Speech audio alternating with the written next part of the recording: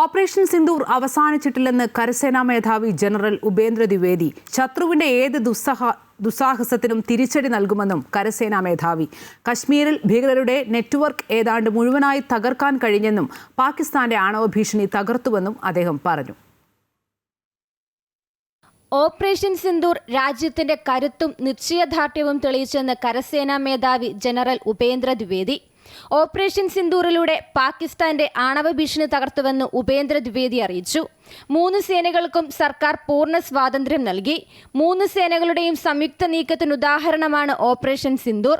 Operation Sindoor അവസാനിച്ചിട്ടില്ലെന്നും Pakistan ഭീകരർക്ക് സഹായം നൽകുന്നത് തുടരുകയാണെങ്കിൽ ഇന്ത്യ കനത്ത തിരിച്ചടി നൽകുമെന്നും അദ്ദേഹം വ്യക്തമാക്കി. जहाँ तक हमारे आइज एंड ईयर्स के सवाल हैं, चूंकि ऑप सिंदूर ऑन है इसलिए वो आइज एंड ईयर्स वो खुले रहेंगे. इसके तहत जो कुछ हमें कार्रवाई करनी है वो हमने आगे कर रखी है.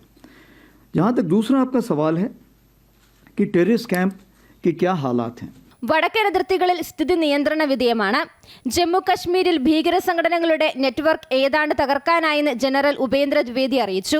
ഓപ്പറേഷൻ സിന്ദൂർ സമയത്തെ അധിക സേനാവിന്യാസം 2 രാജ്യങ്ങളും പിൻവലിച്ചു. ജാഗ്രത തുടരുകയാണെന്ന് കരസേനാ മേധാവി വ്യക്തമാക്കി. മെയ് 10 വെടിനിർത്തൽ പ്രഖ്യാപിച്ചതിനു ശേഷവും ജമ്മു കശ്മീരിൽ അസ്വസ്ഥതകളുണ്ടെന്നും എന്നാൽ സ്ഥിതിഗതികൾ നിയന്ത്രണ വിധേയമെന്നും ജനറൽ ദ്വിവേദി പറഞ്ഞു. പാകിസ്ഥാൻ അതിർത്തിക്കടുത്ത് 8 ഭീകര പരിശീലന ക്യാമ്പുകൾ ഉണ്ടെന്നാണ് വിവരം. ഇവ നിരീക്ഷിച്ച് ആവശ്യമെങ്കിൽ നടപടി സ്വീകരിക്കുമെന്നും കരസേനാ മേധാവി വ്യക്തമാക്കി. ഓപ്പറേഷൻ സിന്ദൂർ ഭീകരരുടെ അടിസ്ഥാന സൗകര്യങ്ങൾ തകർത്തു. എല്ലാ കമാൻഡിലും 5000 ഡ്രോണുകൾ തയ്യാറാക്കാനുള്ള ശേഷി സേനയ്ക്കുണ്ട്. അടുത്തിടെ പാകിസ്ഥാൻ അയച്ച ഡ്രോണുകൾ ആക്രമണ സ്വഭാവമുള്ളതായിരുന്നില്ലെന്നും ഡ്രോണുകൾ അയക്കരുതെന്ന് പാകിസ്ഥാന് നിർദ്ദേശം നൽകിയിട്ടുണ്ടെന്നും കരസേനാ മേധാവി അറിയിച്ചു. News desk Amrita TV.